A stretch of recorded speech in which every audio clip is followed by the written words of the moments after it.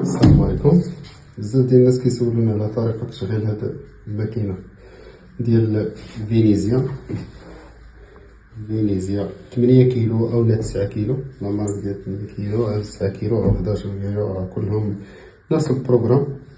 اليوم جينا نوريكم طريقة التشغيل ديالها. كما كتشوفوا معايا هادي ديال 8 كيلو ونص. كل ما علينا اننا كناخد الفيديو ديالها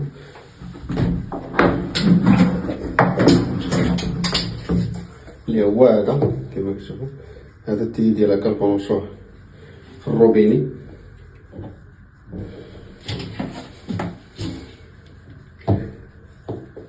هذا التيي ديالها هو شتي كنبرونشوه هنا،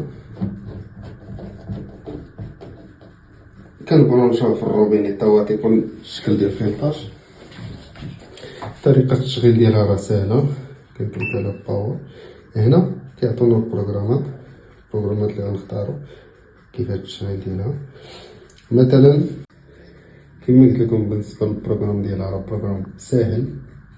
انك كتختار رقم واحد اللي هو منظم، يعني تصبان وتنشف وتشلال في نفس الوقت.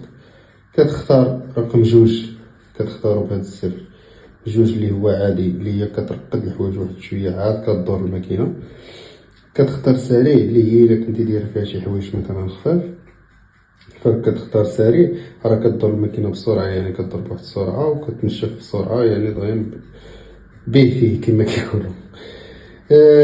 بغيتي تختار مثلا بغيتي تصبنطيهم، مثلا صبنطيهم شي بلاصه اخرى وبغيتي غير تنشفهم، فكتختار رقم 6. او لا بغيتي مثلا ترقد الحوايج، ترقدهم مثلا عاد تعاود تصبرهم الا كان عندك الحوايج موسخين بزاف، فكتختار رقم 7. طريقه الاختيار كيفاش كتختار من هنا كما كتشوفوا معايا رقم واحد. مثلا رقم واحد هو اللي فيه منظم كما قلنا صابون وتنشاف، كيعطيك 42 دقيقه.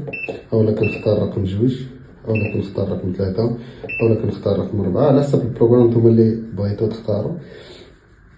من بعد كنكليكي على بلاي كما كتشوفوا، كتشفط الماء، كتجر الماء ديالها وكتبدا تدور الماكينه كتصبر. هذه هي الخدمه ديالها. بالنسبه لهذه فهذه كتحدد البروغرام. مثلا هذا البروغرام واحد كما كتشوفوا معايا، فاش كنختار رقم واحد مثلا كتعطيني فيه 42 دقيقه.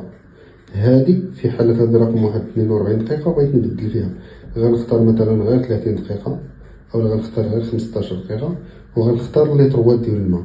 ليطروات ديال الماء غنحتاج أنا مثلا 30 دقيقة. مثلا رميت فيها شي حوايج خفاف وبغيت نصبرهم بسرعة، كنختار 30 دقيقة أو 15 دقيقة، وكنختار ليها 15 لتر ديال الماء أو 30 لتر ديال الماء. بهادي كما كتشوفوا كتحدد هنا ليطروات ديال الماء وكتكليكي على بلاي صافي. كتبدا الماكينه كتجر الماء ديالها وكتصبن. هذا ما كان على هذه الماكينه. شكرا على المشاهده، والى الفيديو اللاحق ان شاء الله.